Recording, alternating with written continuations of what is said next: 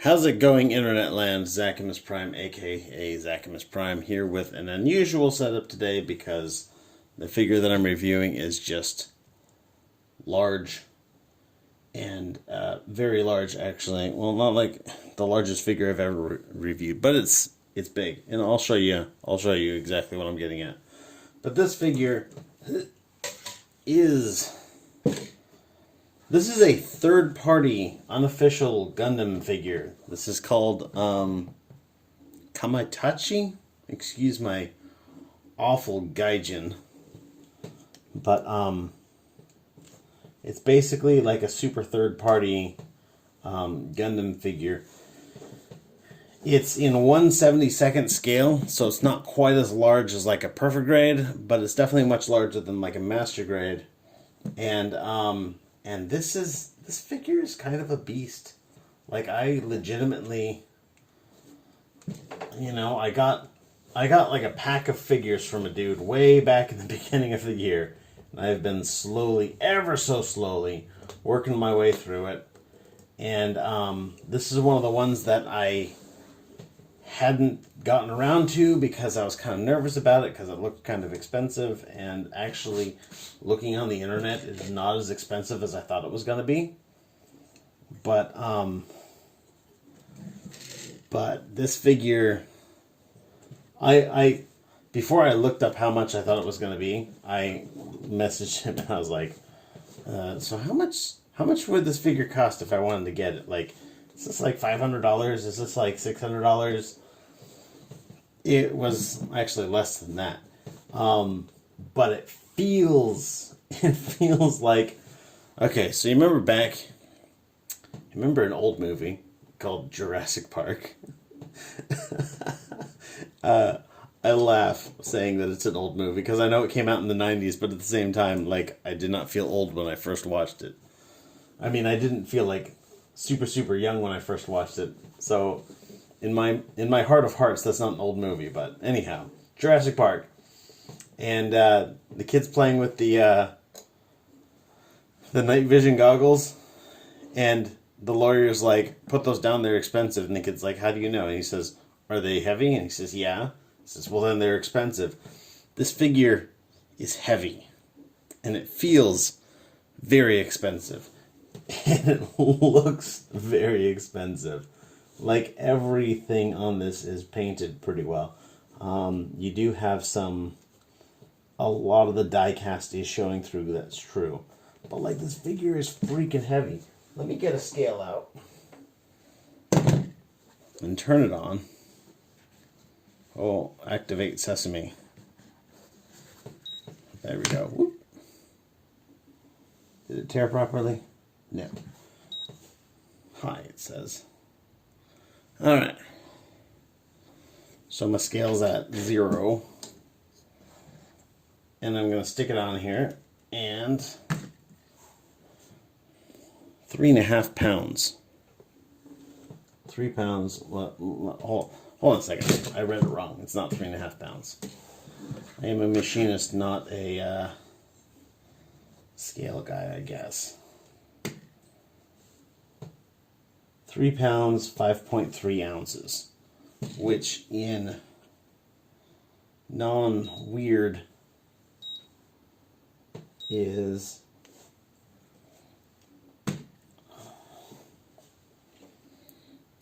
1,509 grams, so 1.5 kilograms. By comparison, the my Soul of Chigoken Galgaigar. Soul of Chigoken is a line of figures where they're known for their weight. My Soul of Chigoken figure weighs just a little less than 3 pounds. It weighs less than this. My fully armed and armored, my fully armed and armored DX Chigoken Valkyrie, a line not necessarily known for its weight, but definitely known for its durable, high quality feeling, is 1 pound 9 ounces. So, like, this Destiny figure is freaking heavy. It is ridiculously heavy. But it's very solid. I've had no problem whatsoever in familiarizing myself with this. I've had no problem with it like being loose. It keeps poses very well. It holds all of his accessories fairly well, not like super well, but fairly well. And once you've got them in hand, like they'll stay for quite some time. And like, even though some of these accessories are really heavy, it'll hold them and keep the pose for a long time. So I've heard people say that this is based off of the Dragon Momoko Destiny Gundam. It is not. The Dragon Momoko Destiny Gundam was basically the Master Grade kit version of the Metal Build Destiny Gundam. This is a lot wilder looking than that. The wings look pretty much the same, but then after that they're like, no, fuck it, we're gonna make our own thing. So yeah. Let me put this back here just for a little bit, and let me talk about accessories. So in accessories, he got on his back his launcher accessory, which just unclips from here. This is a pretty cool looking accessory. It slides out like that and slides out like that, and it's cool because as these slide out, you can see that that little red tip extends, and it's super cool. So this thing all extends out. As it extends, you see there's like spring-loaded bits here that come out. And it's got a handle that can hold here, and a handle that I can hold back here. And that will, I don't know if I've got the patience to throw it into the hands right now. Oh, I've got this put in backwards. There we go. These little brackets do come out. There is apparently an upgrade kit that comes with an extra set of wings, so we can actually have 4 wings instead of 2 wings. And you just plug those into... release. Come on. This wing is scary. Actually, they both are kind of scary, but this is the one I'm dealing with right now.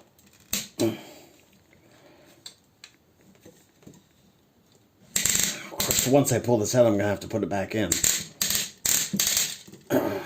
Yeah, we'll just take the backpack off. That's fine. And the sword, that's fine too. So tight. That came apart in a way that I was not anticipating.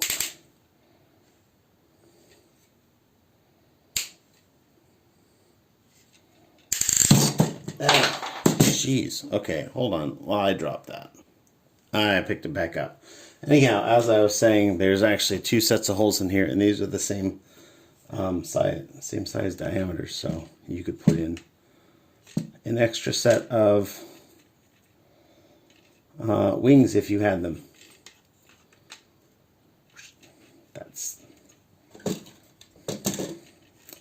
And I did all that to show you something that wasn't really all that important to begin with.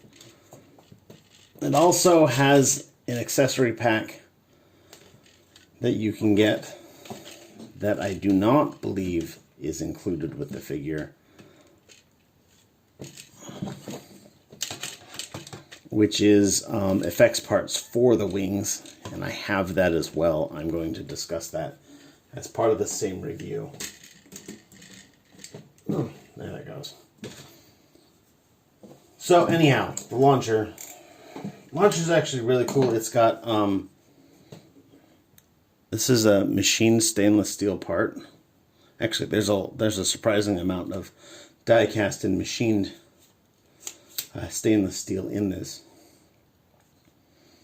Other than that, like, this is matte finish gray. This is kind of like a gunmetal finish.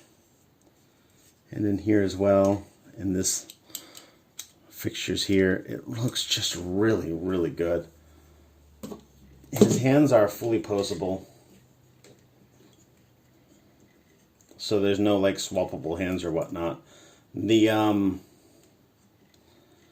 hand holding is done through a like a peg system, and the peg is kind of small. I don't really like it.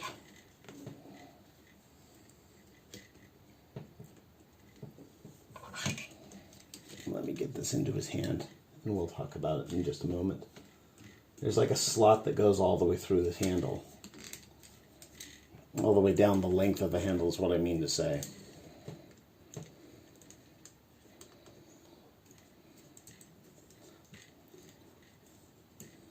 The fingers are, because the fingers are posable, they do basically practically nothing when it comes to actually holding stuff down, and so that's kind of frustrating. But we'll see if we can get this in some kind of a position.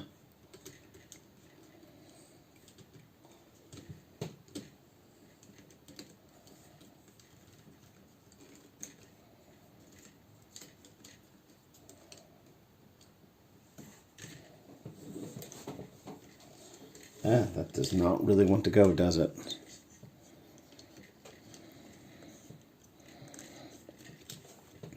I had it posed up once with this thing, and I'll be honest with you, I posed it up just a little bit just to see how it looks. But my true love when it comes to robots is robots with freaking swords, and this robot comes with like a couple freaking swords, so I was very pleased with that.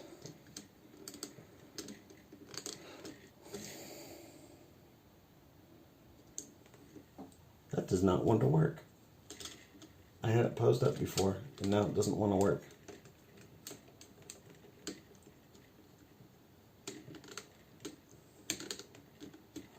This doesn't even want to fit as well as it did just a moment ago when I had it halfway in.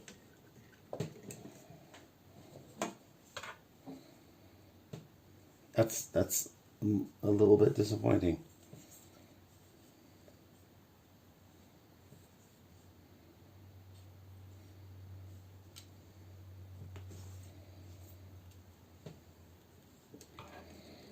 I wonder what happens if I were to try and hold it in like an underhanded grip like this.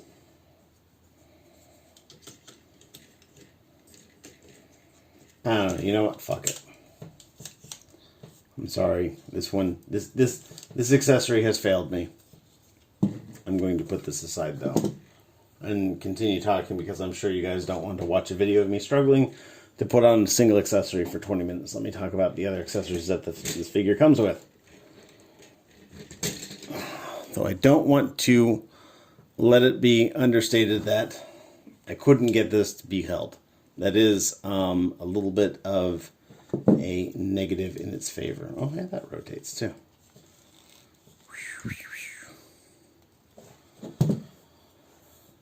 So here is a freaking sword, and I need to point out that this entire sword, the blade, which is thick,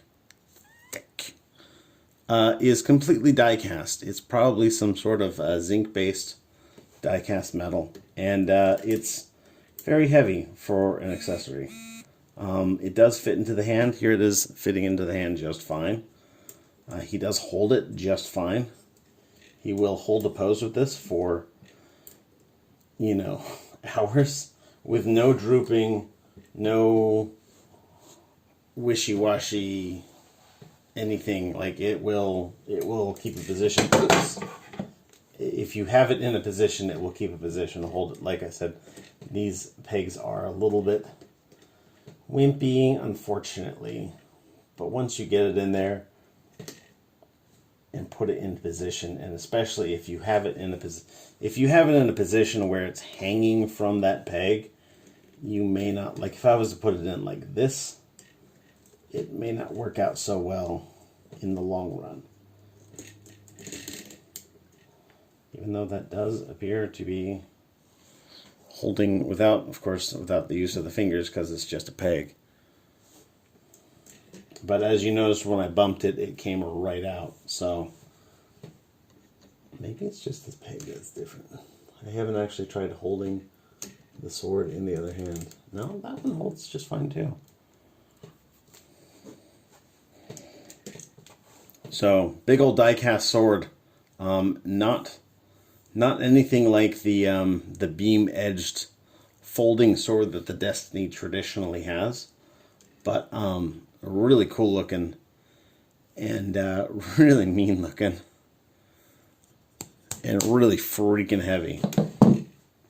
He also comes with a smaller die-cast sword. This one almost looks like a traditional, like a knight's cross sword or whatever they call it, like a traditional broadsword.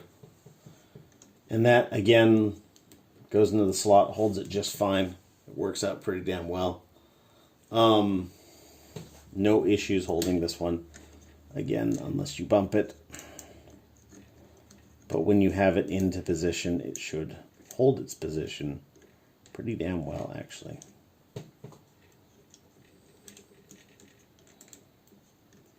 Actually, this is not holding. That peg is giving me issues. How does this peg feel?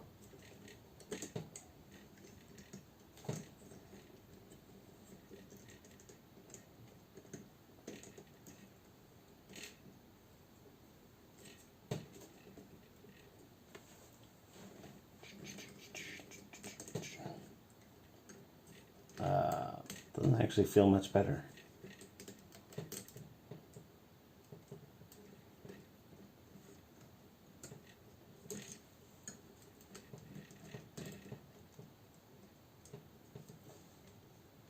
That's not really all that great, is it?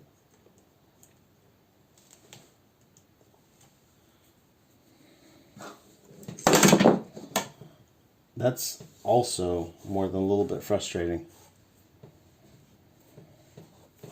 You know, I had it in a couple different poses with this sword, and it stood there and it held this, and then I'd move it, and you know, like the next day I'd come back and I'd move it, and then the next day I'd come back and I'd move it, and I was messing with this figure on and off for a few days,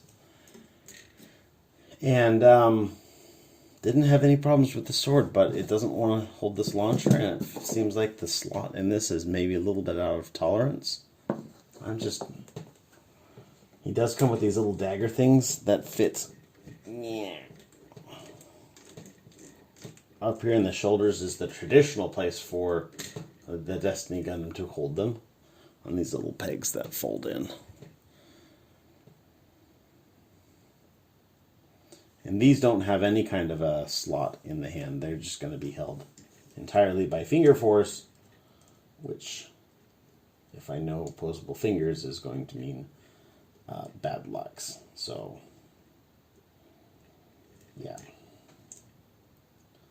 There we go. If you kind of rest it in the crook of his fingers here, in between the finger and the tab, that actually seems to hold it fairly well. Actually seems to hold it fairly better than it's holding some of his other weapons today. And these will plug in up here on the shoulders. There is a peg on the back of the elbow. Oops, that wants to come apart.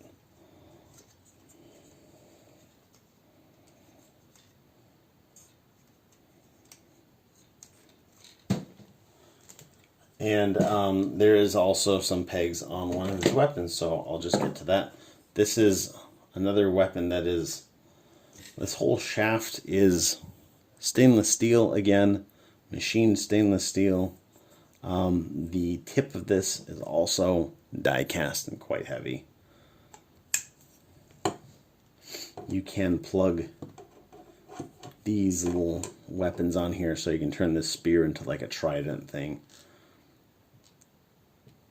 if your heart desires. There is no tab system whatsoever on this, so you'd have to find a way to get him to hold it by his hands only. And you could do that like this, where his hands are resting on the ground, like the butt end of the spear is resting on the ground.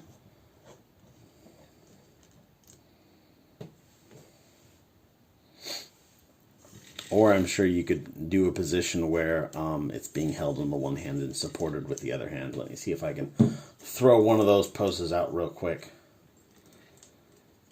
By the way, it's super nice that you can rotate it, this not just at the wrist, but down here in the mid-arm. I've actually gotten way more usefulness out of that mid-arm rotation than I have out of the wrist rotations. And we'll just throw that into that hand, curl the fingers around, throw it into this hand, curl the fingers around, put this back in this hand, find a way to rotate that wrist a bit.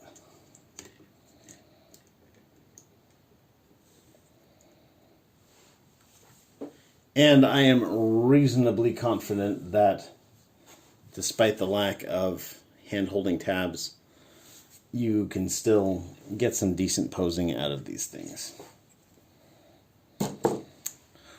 He also comes with this, which is like a big old spear thing.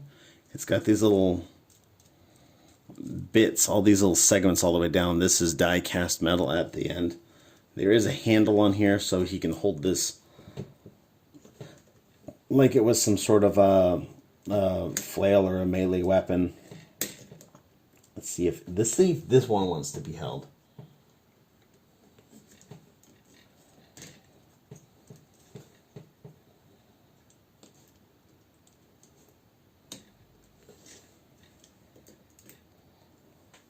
I think that just the rotational bend of this is pulling it out of his tab. I don't know.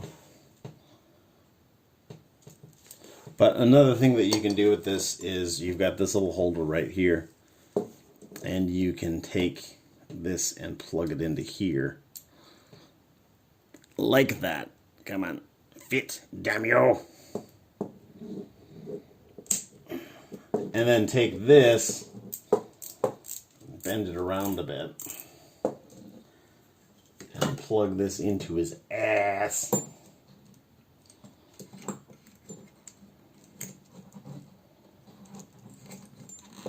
And now he's got some sort of big crazy tail thing. Which is kind of cool too, since this guy's, his catchphrase that's on the box and it's all over is, the devil in the heart or something like that. Also, speaking of things that you can plug into his ass, he does come with a stand. And the stand is the kind of stand that once you put it together, it's not going to want to come apart. So, forgive me. But it fits in really securely. It has got, this part will move. I'll unlock that. Part will move back and forth a bit, and then you can move it to an angle you like and then lock it into place. And then this part will retract and extend, move it into a position you like, and lock it into place. And then this part here, you push this little pin, and that will allow this to bend up and down, and there's several little detents along here. And you lock it into a position you like and slide this over, and that locks that into place. And then you can take this part here, plug this big tab into his butthole, and it holds it pretty securely. And then you can take this and plug this in. I'm actually going to take this and unclip this, flip it around, and clip it back in.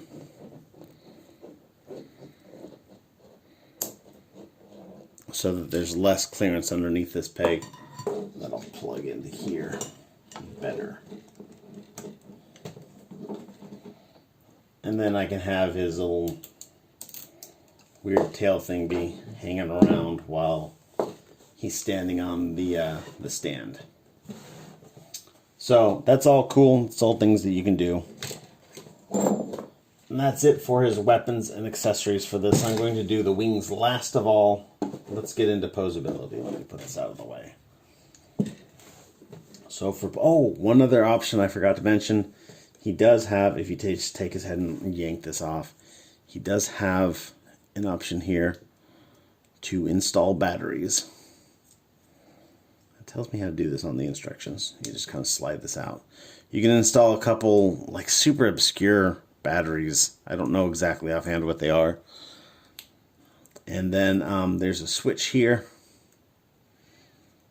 that will allow you to turn on some lights in his eyes, and I imagine in his head camera, because I can see that this is clear plastic in the head. Actually, it's clear all the way through.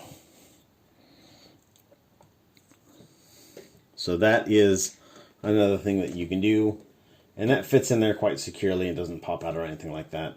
I mean, it is just the one tab, but the one tab works pretty damn well.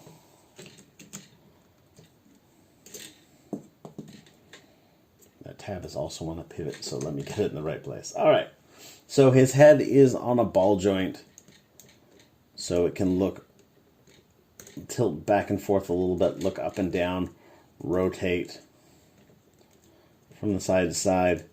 There is a joint that's like in the neck, so in addition to tilting on this ball joint, it will go side to side a little bit on that joint, that peg that keeps this in place. So get a little bit of look around, some motion in the upper chest. He does have like an opening mouth gimmick, which honestly looks a little bizarre to me, because traditionally you consider this to be like a mouth plate, and then this is like a chin. But then it's like, imagine if you saw somebody and their mouth wasn't their mouth, it was their chin that opens up.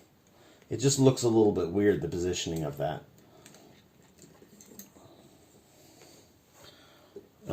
He's got his shoulders will go forward and back for a bit of butterfly movement. Not a whole lot, but yeah, I'll just pop that off. A little bit of butterfly movement here. It looks like a lot more once I pop that off, but it's actually because of the shape and position of the shoulder. It obstructs some of that movement. Little armor parts here move out of the way. I'm not sure why this doesn't really, like, you can move this in relation to the lower arm, but I don't know why you wouldn't just move it with that. It does have a little flappy flap out here. His arm goes out on this joint right here, and then it moves out on a joint right here. So he's got quite a bit of bend in there. Clunked into his head. Pop that fucker right off. So that's a good amount of range of posability there. Arm rotates at this bicep quite nicely. I have been kind of plagued by this piece of armor here at the elbow that comes apart, but it just goes back again together. So he does have a double joint at the elbow.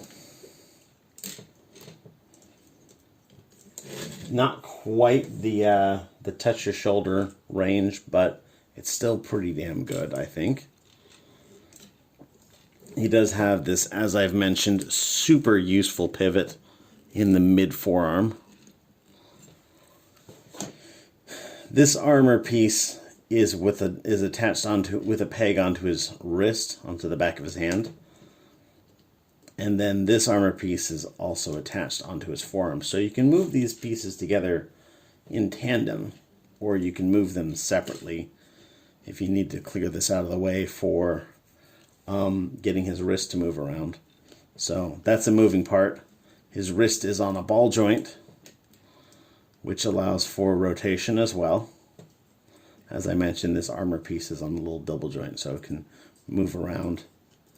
Surprisingly, it doesn't have the like mega beam cannon detail on the palm of his hand. That was one of the big things about the Destiny Gundam, if I recall correctly, is that it had like, he could shoot like beams out of his hands. The fingers are very posable, as I mentioned. You've got 2 points of articulation in each digit, and then the thumb has got a ball joint at the base, and the fingers each have got a hinge at the base, so you can splay them out. Looks really good, actually. The red fingertips are kind of cool looking at the same time. Anybody here ever did that thing where you take a piece of paper and you fold it up so it kind of looks like a claw and you stick your finger into it and then you like have all, you like do them for all 10 of your fingers? That's kind of what this looks like. So like it looks cool, but at the same time it kind of looks a little bit silly. I don't know. I always thought that the sweeps were weird for having pink fingertips, and in the Gundam side of things, I always thought that the Titans test team Gundams were weird for having red fingertips. So the fingertip colors are just super bizarre to me, and that's just me. His waist will go forward and back, a little bit of a pivot there. And then I believe, yes, there it goes side to side. Also, I forgot to mention, there's a little motion gimmick on his backpack. If you lift up on this part, then this little thing lifts up, and you push down on it, that goes down.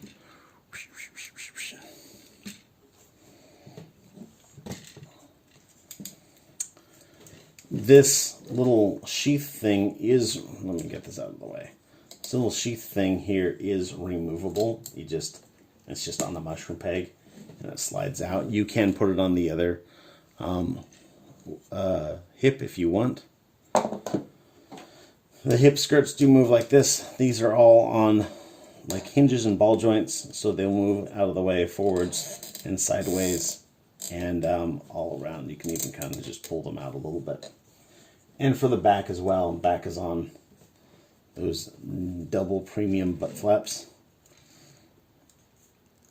With these skirt armors out of the way, his leg will go that far forward, that far back,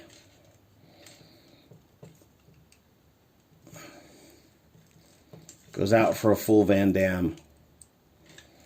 There is a thigh rotation here that feels comfortable in that range there. It might go farther, but I don't want to push it too far.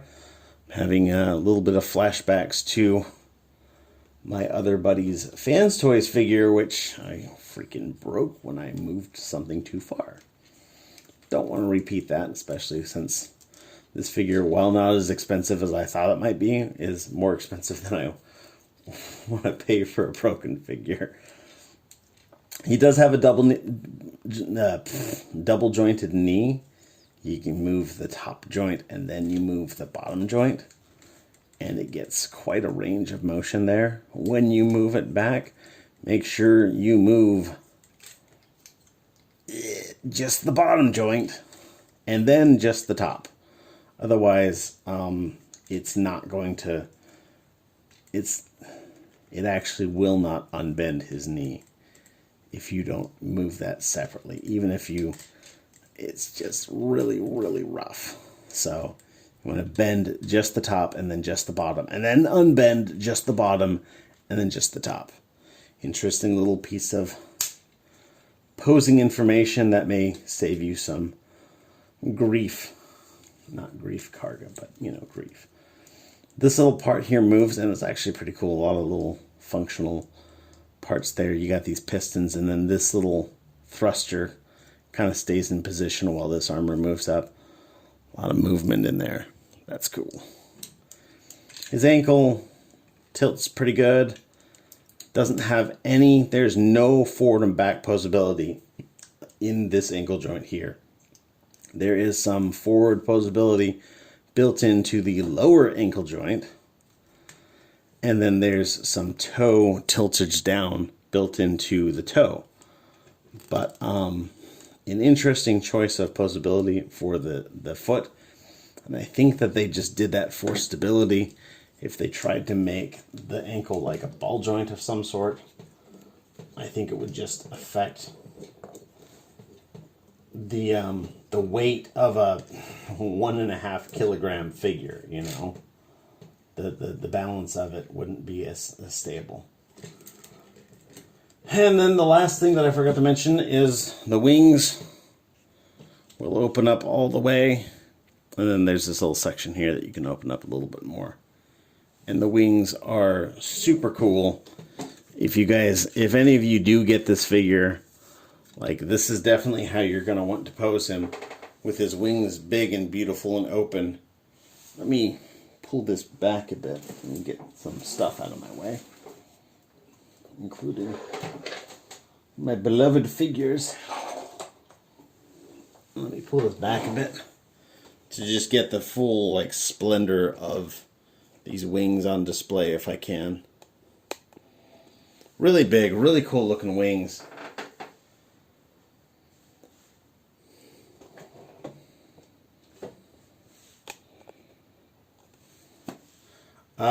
One last piece of thing is I was going to talk about these little wing things. So it's got these really, really freaking huge. Here's my arm. It's longer than my elbow to my fingertip. Just this panel here, and then there's a lower panel as well.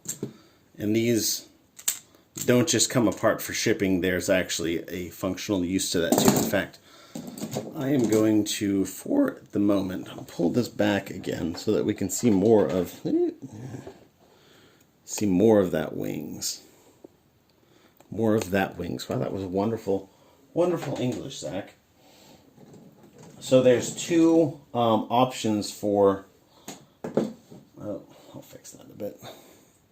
There's two options for putting these wings on. So there's this little rectangular part. This rectangular part is required either way. And you just take it. There's... Ugh.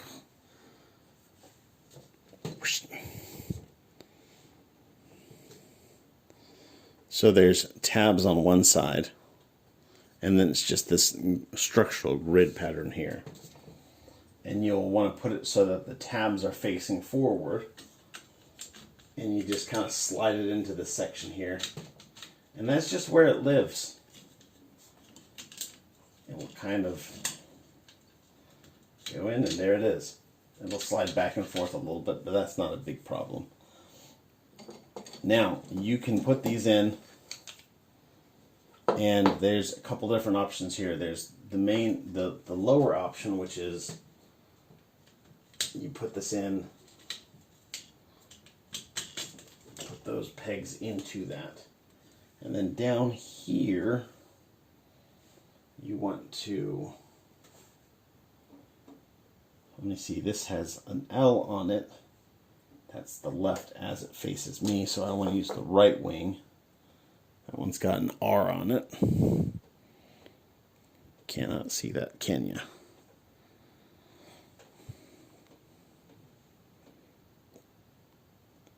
Yeah, that's an R. And then this plugs in right here. I'm going to do one wing one way and the other wing the other way. It snaps in quite securely. And then the wing closes a bit so that these little tabs will plug into these little slots in that clear plastic piece. And this is really good if you want to pose it with the wings like pushed out to the back, which is actually going to look really good if maybe you take those launcher and sword brackets off, so you can tilt those back more. But it'll make this have a really wide effect, or if you're posing it from the sideways, maybe like it's like in a dash maneuver, have a really long effect. And then for the other one, again, you use the same clip here, plug it into the same place. And then you want to use this one instead, and this is a left wing. And there's a little spot down here where you'll slot this in. And it clips in just like that. And then you want to put your top wing attached onto your bottom wing.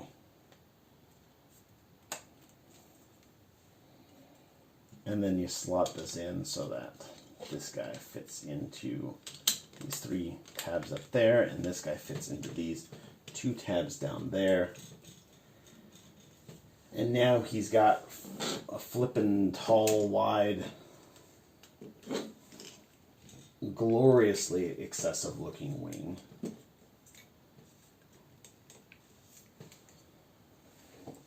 This is a figure that, let me pan this up a little bit. This is a figure that will not fit in your detolf. This may not fit on your shelf.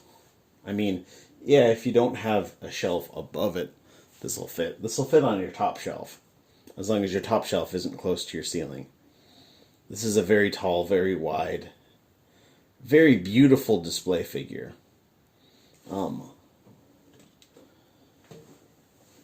In terms of final thoughts on this, this is absolutely the type of figure that you would put on like your mantle and just, or maybe in like a prized eye-catching location in your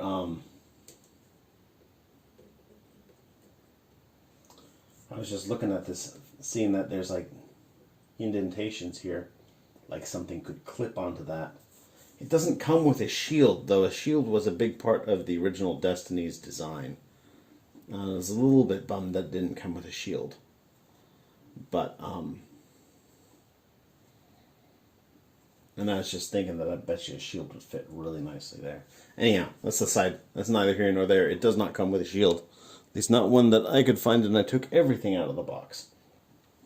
Anyhow, this is a very beautiful figure. This is definitely a display figure. This is not the sort of thing that you would play with. He comes with accessories, but honestly, he doesn't hold any of his accessories really well. What this figure will do, and will do beautifufully, is it will sit on that stand. It will make some badass flight, wings out, beam effects crazy, just gorgeous, gorgeous display. But it's not going to be the sort of thing that you could reliably play with. I wish that they had used some sort of a better system for holding the weapons. I couldn't get this to be held more than just that one time. And the sword worked out well when I had it in hand, but if you bump it wrong, it's gonna fall and clatter. And with this being die cast, you may need to worry about anything below it. If you've got this sitting on the stand, I would not have any concerns whatsoever of this thing falling in any way, shape, or form. But he might lose hold of one of his weapons, which are very heavy. So,